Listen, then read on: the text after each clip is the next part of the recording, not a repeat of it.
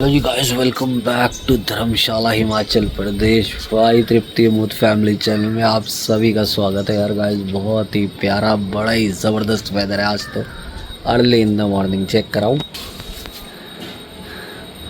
हल्की हल्की बूंदाबांदी हो रही है गाइस। और ये देखो हवा जो है ना इस समय इतनी ठंडी, इतनी मस्त प्रॉपर टाइप वाला गाइस। जो हमारे धर्मशाला हिमाचल प्रदेश का वेदर है ना, वो इस समय पीछे पक्षियों की मधुर मधुर आवाज़,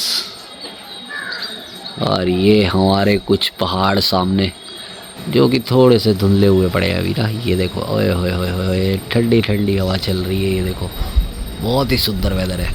इतना ज़बरदस्त, इतना सुंदर वेदर हो रहा है कि गाइस यार अपने पास वर्ड्स नहीं होते यार इसको डिस्क्राइब करने के लिए। देखो हो रहा है, ये देख रहे हो आप, मैं आपको क्लोजअप दिखाता हूँ। ये देखो यार, स्नोफॉल की तैयारी हो रही है। ये देखो ग्लेशियर्स, हमारे ऊंची ऊंची पर्वत श्रृंखलाएँ कैसे भाई एकदम इस समय कोहरे की चादर के अंदर है पूरी की पूरी। बहुत ही सुंदर मनमोहक नज़ारा गाइस। बादल तो गाइस आज पूरे ही हैं। आज मेरे को लग रहा है भाई बारिश होगी बढ़िया वाली है। देखो ज़बरदस्त बादल हैं आज।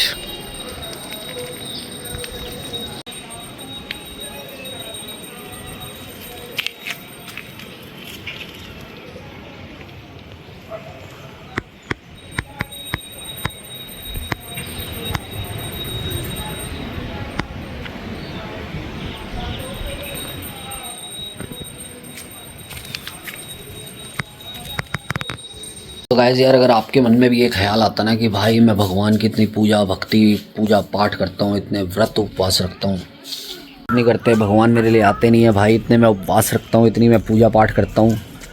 तो आज का जो मेरा कहानी का मोटिव है ना गाइस, एक्चुअली में कहानियाँ ये होती हैं, इनको कहानी बोलते हैं, पर ये हमारी अपनी बनाई हुई कहानियाँ नहीं होती गाइस। ये जो है ना पौराणिक कथाएँ हैं जो कि हमारी आज की ज़िंदगी को रिलेट करती हैं। तो वो मैं आपको एक कहानी सुनाने लगा हूँ। तो उस कहानी पे हुए एक राजा अम्बरीश, जिनका जो साम्राज्य था ना वो सूर्य उदय से लेके और सूर्य अस्त तक फैला हुआ था। भगवान के इतने बड़े उपासक थे, श्री विष्णु भगवान के इतने बड़े उपासक थे कि उन्होंने अपनी सारी प्रजा को जो है ना निर्देश दे रखे थे, सुबह से लेके रात तक सिर्फ भगवान की पूजा करने के लिए, सिर्फ विष्णु भगवान की पूजा करने के लिए उन्होंने अपनी सारी प्रजा को निर्देश दे रखा था। उनकी इस बात को नहीं मानता था ना, उसको जो है दंड दिया जाता था, साथ में जो है ना उसको सज़ा भी सुनाई जाती थी। राजा अम्बरीश जो थे उन्होंने अपनी प्रजा को ये भी कह रखा था गाइस कि भाई जिसका मन किसी भी काम के अंदर नहीं लगता ना, मतलब जो आदमी कोई भी काम नहीं कर सकता या उसका मन किसी भी काम के लिए नहीं लगता, तो वो क्या है सारा दिन भगवान की पूजा करे, पाठ करे, साथ में वो उसके लिए जो है ना उनको पे भी करते थे, उनको कुछ देते भी थे पूरे दिन में अपनी तरफ से। कह रखा था कि उनके सारे खर्चे, उनके घर का सारा राशन जो है, वहाँ की प्रजा का जो कुछ भी काम नहीं करना चाहते उनका जो सारा दायित्व है वो वहाँ का राजा उठाएगा। यानी कि राजा अम्बरीश जी उनके घर को पूरे का पूरा चलाएंगे, उनका जीवन। इस भक्ति के दौरान क्या हुआ कि एक बार राजा अम्बरीश ने एकादशी के व्रत का ज़बरदस्त तरीके से पालन किया और एकादशी का व्रत उन्होंने जो है रखा। व्रत का जो नियम होता है ना, एकादशी व्रत का नियम ये होता है कि गाइस जो द्वादशी आती है ना दूसरे दिन, तो दूसरे दिन जो है अन्न का हमें ग्रहण करना होता है, पारण करना होता है। द्वादशी वाले दिन उसका एक नियम और होता है कि अगर उसी समय बीच में आपके पास कोई अतिथि आ जाए तो अतिथि का स्वागत सत्कार पहले कीजिए और बाद में आप पवाइए, मतलब खाइए। बाद में आपको खाना है, पहले अतिथि का स्वागत करना है, पहले उसको आपने खिलाना है। यहाँ पे क्या हुआ कि यहाँ पे राजा अम्बरीश ने अपने एकादशी व्रत का बहुत अच्छे तरीके से पालन किया और द्वादशी जैसे ही आई तो द्वादशी वाले दिन जब शुभ मुहूर्त आया अपने पारण का, तो उसी समय जो है उनके वहाँ पे ऋषि दुर्वासा आ गए। तो ऋषि दुर्वासा जब उनके पास पहुँचे, जैसे ही उनके सैनिकों ने उनको बताया, उनको पता चला, ज्ञात हुआ कि भाई मेरे जो महल में है वो दुर्वासा ऋषि आ गए हैं, तो उनका जो शुभ मुहूर्त था पारण का कुछ देर के लिए उन्होंने उसको टाल दिया, क्योंकि शुभ मुहूर्त जो है थोड़ा काफ़ी देर का था, लंबे समय का था। तो दुर्वासा ऋषि के आने पे उन्होंने वो पारण का अपने समय जो है वो थोड़ी देर के लिए एक्सटेंड कर दिया, आगे बढ़ा दिया, टाल दिया। मन में सोच लिया गाइस कि पहले जो है मैं दुर्वासा ऋषि की पूरी सेवा करूँगा, पहले उनका पारण करूँगा, फिर खुद खाऊँगा। तो दुर्वासा ऋषि ने उनको बोला कि भाई पहले जो है मैं स्नान आदि ग्रहण करूँगा और फिर जो है मैं आपके साथ भोजन ग्रहण करूँगा। तो पहले जो है मैं स्नान आदि और अपनी भक्ति पूजा के लिए जाऊँगा। उसके कुछ ही क्षण बाद दुर्वासा ऋषि जो हैं अपने शिष्यों के साथ जो है वो नदी के लिए प्रस्थान कर जाते हैं।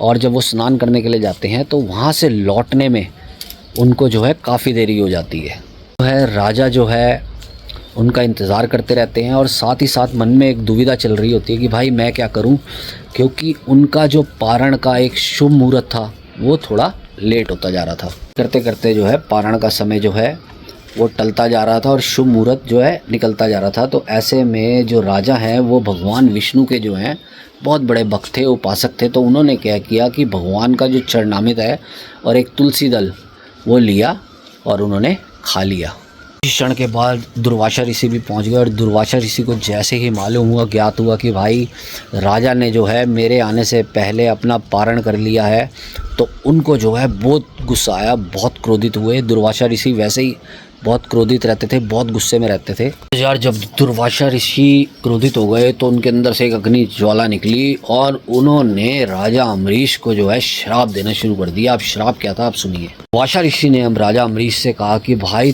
तूने जो है अपने अतिथि को खिलाने से पहले खुद पवा लिया, तो अब जो है तेरे को मेरे श्रापों का दंड भुगतना पड़ेगा। उन्होंने राजा अम्बरीश को श्राप दिया कि भाई तेरे को अगले कई जन्मों तक जो है ना अलग अलग योनियों में जन्म लेना पड़ेगा। मतलब तू जो है तेरे कई जन्म जो होंगे वो अलग अलग योनियों के अंदर होंगे और तुझे जो है कई जन्मों तक भाई इसकी सज़ा जो है अब भुगतनी पड़ेगी। तो राजा अम्बरीश ने त्राही माम करके जो है अपने भगवान को, विष्णु भगवान को याद किया। यहीं पे जो है भगवान विष्णु जी को अपनी सारी तपस्या, सारी भक्ति, सब कुछ याद दिलाया। कि भाई उसी समय क्या हुआ कि उसी समय दरबार के अंदर बहुत सारी रोशनी हुई, बहुत सारा उजाला हुआ और बहुत सारे उजाले के साथ जो है भगवान विष्णु जो है उनके राज दरबार में प्रकट हो गए। सामने भगवान विष्णु ने जो है राजा को दर्शन दिए। भगवान विष्णु ने सीधा प्रकट होते ही जो है वहाँ पे दुर्वासा ऋषि के हाथ जोड़े और दुर्वासा ऋषि के आगे प्रार्थना की कि ये मेरा परम भक्त है, ये मेरी बहुत ज़्यादा पूजा करता है और आपने जो इनको श्राप दिए हैं वो आप कृपा करके मेरे भक्त से वो श्राप जो है वापस ले लें। विष्णु ने जो दुर्वासा ऋषि के श्राप हैं वो उन्होंने उनको बोला कि ये जो मेरे भक्त को आपने श्राप दिए हैं ये सारे के सारे श्राप जो है मैं अपने ऊपर लेता हूँ और अपने ऊपर लेने के बाद भगवान विष्णु जी ने जो है वो अलग अलग जन्म में अलग अलग रूप में के भगवान विष्णु ने जो है वो सारे के सारे श्राप, कभी सिंह अवतार, कभी कुर्मा अवतार, कभी भगवान विष्णु ने जो है अलग अलग समय में अलग अलग जगह पे अलग अलग अवतार लिए। कभी वरा अवतार, कभी मत्स्य अवतार, कभी कुर्मा अवतार, सिंह अवतार। तो इस तरह से अलग अलग योनियों में जो है भगवान विष्णु ने अलग अलग स्थानों पे जन्म लिए। अपने भक्त के ऊपर श्राप लगे थे वो अपने ऊपर भगवान विष्णु ने ग्रहण किए, मानस का उद्धार किया और अपने भक्त के श्राप अपने ऊपर लिए और धर्म की स्थापना की, को जो है उसके पाप से उभार दिया। गाइस जब भगवान राजा अम्बरीश के लिए आ सकते हैं तो भगवान आपके लिए नहीं आ सकते? आते हैं। राजा अम्बरीश के पाप को, राजा अम्बरीश के श्राप को अपने ऊपर ले सकते हैं, क्या आपके लिए नहीं आ सकते? आ सकते हैं। आपकी भक्ति सच्ची होनी चाहिए, इंतज़ार होना चाहिए, ईश्वर आते हैं, आपकी सुनते हैं। इस राजा अम्बरीश की इस कहानी का जो वर्णन है ना गुरुचरित के 3 अध्याय में है, जाके पढ़ सकते हैं। श्रीमद् भागवत गीता में इसका वर्णन है, आप वहाँ जाके पढ़ सकते हैं में, और भक्तमाल में भी जो है इसका पूरे का पूरा वर्णन है कहानी का। यहाँ पे राजा अम्बरीश की कहानी भाई आपको कैसी लगी तो ये ज़रूर कमेंट बॉक्स में कमेंट करके मेरे को ज़रूर बताना, ठीक है। और मेरी आप लोगों से सिर्फ इतनी सी रिक्वेस्ट कि भाई कभी भी जीवन में अपने ऊपर से भगवान का विश्वास ना खोएं, भगवान पर विश्वास बनाए रखें। भगवान आते हैं, इंतज़ार करिए, ठीक है। और वेदर गाइस, क्योंकि क्या होता है कि देखो, जैसे आप सोचते हो, जैसे आप चाहते हो, जैसा आप अपने अंदर से अपने आप को बनाना चाहते हो, वही चीज़ें आपके सामने आती हैं, वही चीज़ें आप लोगों को अट्रैक्ट करती हैं। तो गाइस, मैं जैसा सोचता हूँ ना, वैसी पोस्ट मेरे सामने आ जाती है, वैसी रील्स मेरे सामने आती हैं, वो चीज़ें मेरे को अट्रैक्ट करना शुरू कर देती हैं। तो अब आप सोचेंगे कि भाई ये इतनी बड़ी बड़ी कहानियाँ मैं कहाँ से सुनाता हूँ, आपको कैसे याद करता हूँ। तो गाइस, मेरे को याद करने की ज़रूरत नहीं पड़ती। जब मैं किसी की पोस्ट पे जाता हूँ या मैं कहीं पे बुक्स में या किसी का स्टेटस पढ़ लेता हूँ, तो गाइज़ यहाँ पे माइंड में बैठ जाती है, क्योंकि मेरा इंटरेस्ट जो है इन चीज़ों में बहुत ज़्यादा है।